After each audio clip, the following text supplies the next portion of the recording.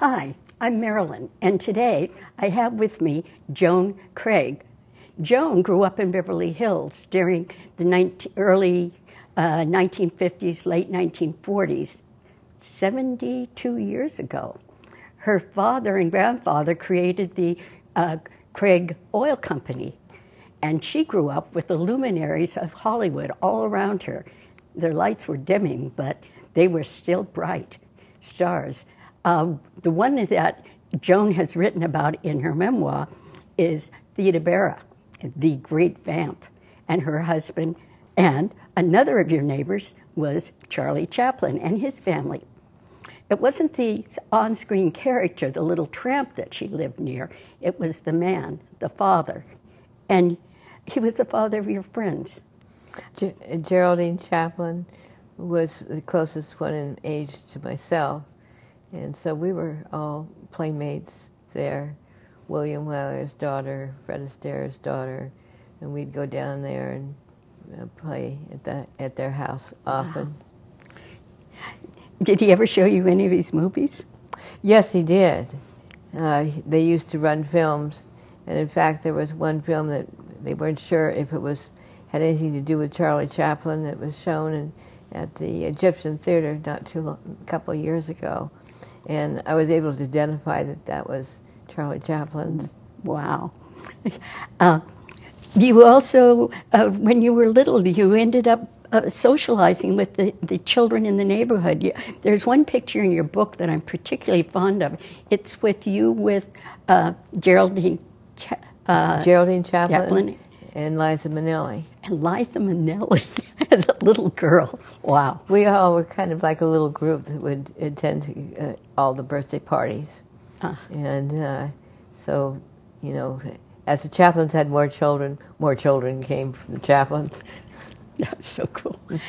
And your best friend was? Astaire. Astaire, and she was? Fred Astaire's daughter and niece of Adele Astaire. Wow. And of course, we were so young, we really didn't know what our parents did, what their business was, and so always Ava and I thought that her father was the gardener. The great Fred Astaire was the gardener. I love it. But there must have been a lot of sadness and a disturbance when the Blacklist came out, and Chaplin was frankly hounded by the FBI and J. Edgar Hoover. How did the people in the neighborhood react to that? It was a time when practically everyone was challenged as to whether they were communist, and there were questionnaires that went to almost most houses where people were supposed to report on their friends as to whether they were communist, and all these questions. And sometimes when they really wanted to interview and they were going to zero in on a personality, they would actually arrest them and take them down for questioning and then release them. There was an incident, I remember you talking about being in a restaurant when... I happened to be with my family up in Santa Barbara at the Biltmore Hotel in Santa Barbara at a time when they came in, and Charlie Chaplln happened to be there with his family, and they arrested him there. They took him for questioning at that time. That must have been... This was someone you knew when we were a guest in their home, and he was taken away for a belief, not an action, right? Correct. That's scary. It was a very difficult time, and it made most people not want to open their doors to anyone because they might have been a communist that came into their house. It was quite some time. There's been a number of films made about the blacklisting recently, and also there's the TV series. So it's wonderful that, well, I don't need wonderful, but the idea that you were there when this was happening, it's really, you know, it must have been devastating to realize that your friends were under suspicion for somehow being anti-American. Oh, most definitely. Most definitely. It was a frightening period, and it was very frightening for a child to realize that, your parents were being challenged, and to try to understand at an early age really what communism was and why was a difficult thing to comprehend. It was a dark. Blacklist is probably an apt description of the list, but the House Un-American Activities and Hoover and McCarthy, that's for many it's ancient history, but for you it's a memory. Correct.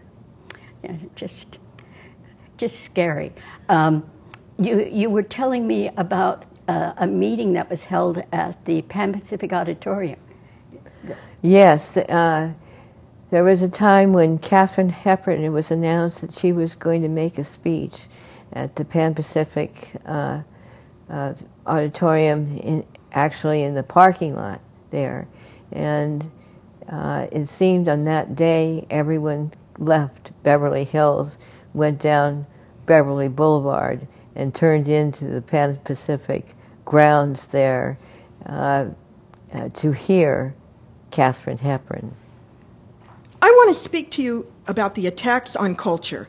I speak because I am an American, and as an American, I shall always resist any attempt at the abridgment of freedom.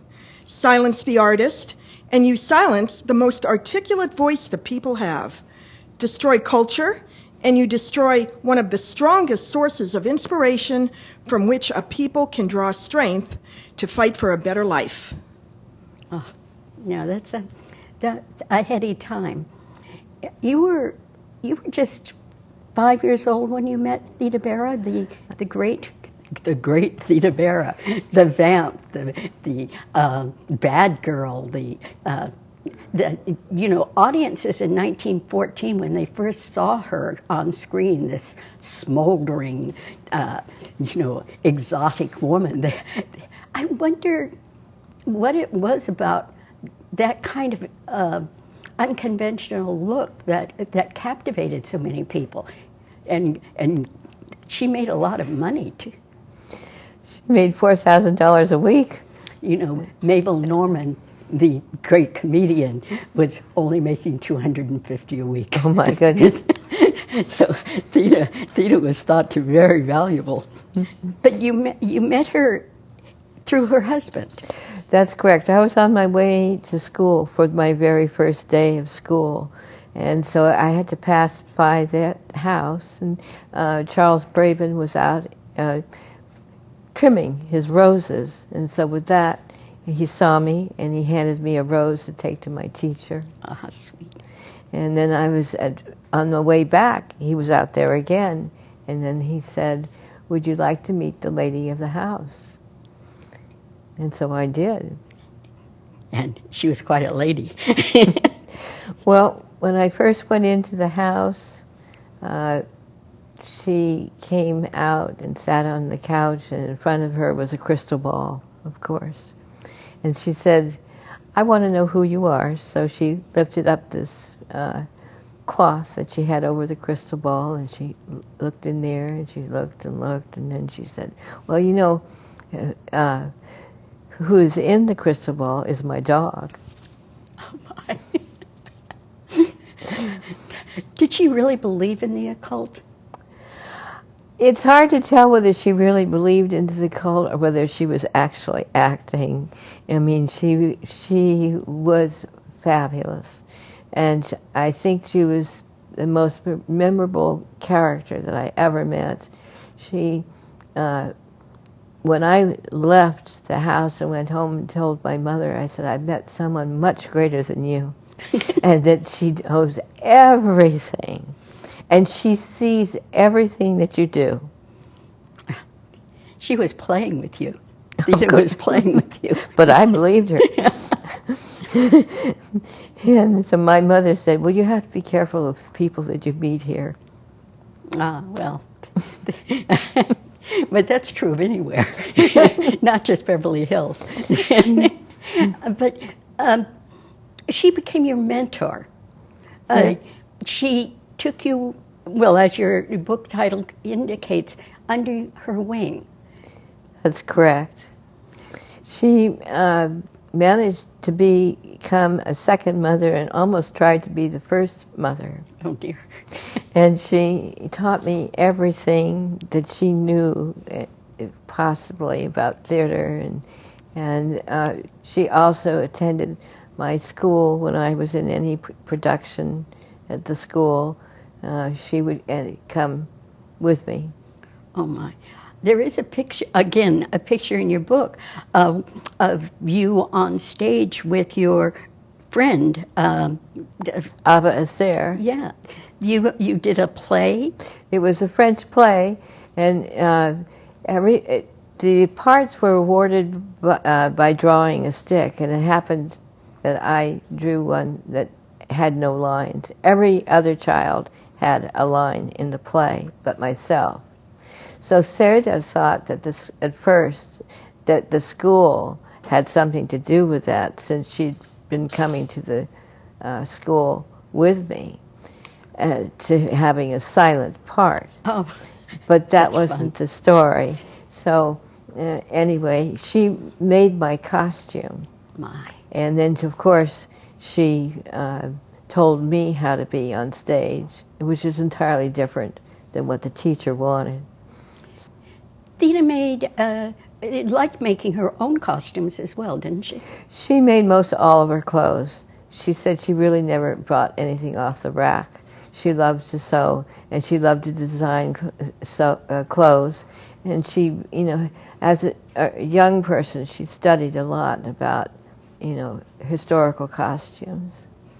She made the lost film Cleopatra, and she designed some of the clothes there, didn't she? She had a lot to do with the design of the clothes, as well as some other noted designers. But she obviously had a great input. It's really sad that film's lost. All we have now are the stills and that little piece of her turning in one scene. But fortunately, there are so many stills, it's almost like seeing the whole movie. But you actually saw most of the movie? Oh, yes, I did. You probably may be the only one around that's actually seen Cleopatra. Yes, and I was only allowed to see certain parts because otherwise it wasn't appropriate for a child. That's true. I've seen the stills. Some of those scenes are fairly racy, even today. Theda Bara's peacock costume was fabulous. Can you imagine all those feathers? Goodness sake! She had a party in which she wore it, and so after the guests had all arrived, she wanted to make her grand entrance, and so she came out in the peacock costume wearing it, and I was carrying the train. Oh, what a grand entrance. Do you think, of all her films, what was her favorite? A Fool There Was, I believe. Yes, that was her first film, where she truly emulated the vamp, that wicked, sinful woman that could make men perish at her very whim. A Fool There Was. That's taken from a Kipling poem, right? Yes. That one is available. We can see that one. We can't see Cleopatra. What's your favorite? I like Cleopatra. Yeah, because you're the only one that's seen it. Oh, that's grand. It was quite a production. Now, where was it filmed? A great part of it was filmed in Newport Beach, and on Balboa Island. When Balboa Island, there was nothing there.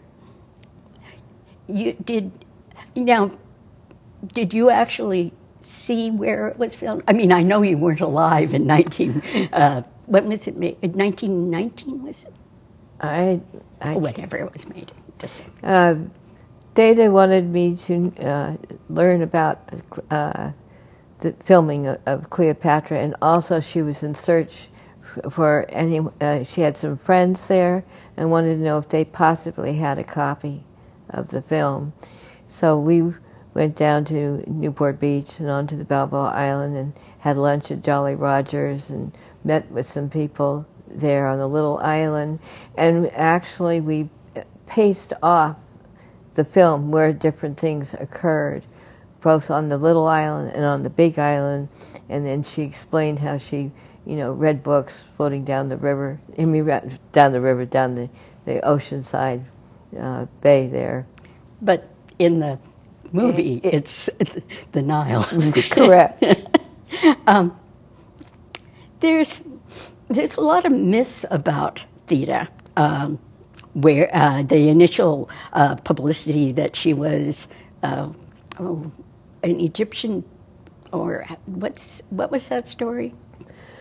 Well, yes, that she was born at the Nile, and she created all of that imagery. Oh, that she was a illegitimate child of an Egyptian prince. Egyptian princess, yes. Oh no, it's such a cool story, even if it is a fairy tale. What was her actual background? She was born in Cincinnati. How dull. But she was a child that was rebellious because her parents both worked during the day, and there was a nanny that took care of her, so she managed to coerce the nanny that she wanted to go and see these. They used to in those days do portraits, but with humans. And so she was fascinated with that. So she would get the nanny to take her there to see those. And then there was the day that Theda Bara and her husband invited you to the coronation of the Queen of England, Queen Elizabeth II, and you were there? That's correct. Wow. Yes. Wow. Yes. We traveled over to England, to London, and I attended the coronation with Theda and Charles. And then we also attended the coronation dinner afterwards. But she had Elizabeth had small children of her own then, right? That's correct. But I didn't see them. I think I was the only child at the coronation dinner. Because you were Theda's friend. That's right. It's interesting that your mother attended the wedding of then Princess Elizabeth in 1947. That's correct. And you were there at the coronation in June 3rd, 1953.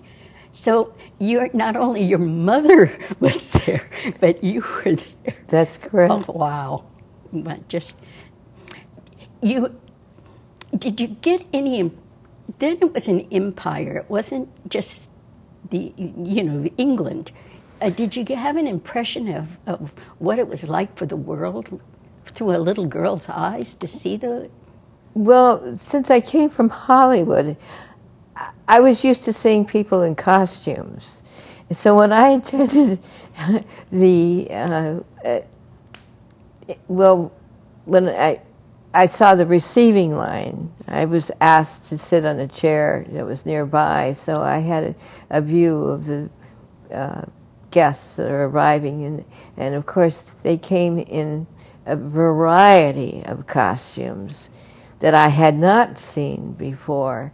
So to me, I didn't quite understand what it was all about, but I understood that they were very important people. And I thought it was unique, to say the least. Was it almost like a costume party? It was like a costume party, yes. And the hats were unbelievable. From all... Those people in those hats and those costumes were kings and emperors in their own countries. In their costumes, in their native costumes. And you sat there and watched them all as they bowed to the new Queen of England. That's correct. That's amazing. And it was very important to know how to curtsy properly. Oh, and how does one curtsy proper? That was one thing Theda Bara taught me, how to curtsy. Oh, I'm sure there were a lot of things that Theda taught you. Curtsy, oh my. So you went to the coronation, you went to the dinner. That's correct. And afterwards we traveled to Wales, and we stayed at Donat's Castle, where Marion Davies lived for some time, and she also owned that castle. It had been a gift to her from Randolph Hearst. Wow, that's right. And she wasn't the girl that we think about when we think of Citizen Kane. She was a very accomplished actress. That's correct. She was so funny. I could just, laugh and laugh and laugh. She really was a marvelous entertainer. But she was Theda's friend. And she was Theda's best friend. Oh, best friend. That's and even so better. This was actually the last stay at St. Donat's, because she planned to sell the property. And so she wanted to remove all of the evil spirits, which Theda had quite a way of doing that by, reciting the Raven. Oh my! So she did an exorcism using the Raven. We went through over 100 rooms reciting that poem. Oh, and never more. And never more. But you traveled then with Theda after the coronation, and did Marion Davies come? No, she stayed there at the castle. We left there, and then we traveled to Ireland, and we stayed at Lismore Castle. Theda, when she was introduced by the Queen in the dining room during the coronation dinner, invited the guests to come to Lismore Castle for a luncheon. And so many of them accepted the invitation and came there, and there was a beautiful luncheon that was served at Lismore. Oh, so you had sort of a party going on from one castle to the next castle to the next castle. That's correct. Correct. I saw a lot of castles as a child. But you were seeing them with a movie queen. Correct. So, and you had just been to the coronation of a real queen. Right. Oh. No, your book has some fabulous stories in it. I mean, the idea that a little girl can remember all of these things is just a marvel to me, that you were able to put your memoir together in just wonderful. And the pictures in the book, some of them are one of a kind because they are from your personal collection. And I just think it's worth wallowing in. I could wallow in your book. It's great. Beverly Stout contributed many lovely pictures. But it was your life that these pictures show. That's the wonder of it. So what are you going to be doing next? Have you got a project? Well, if I thought too hard, I'd have a lot of projects. I know your book is wonderful, but you have so much more to say and so much more to tell us. I'm very impressed with your memory. Your memory is phenomenal. The era was phenomenal coming out of the war years, because I really was what you call a war baby. I was born in 1941, and so I saw many things, and then to move at such a young age to Beverly Hills, and I was the kind of child that would like to. I'd knock on doors have something to sell. And then I'd get invited in to have tea or, have a story told to me.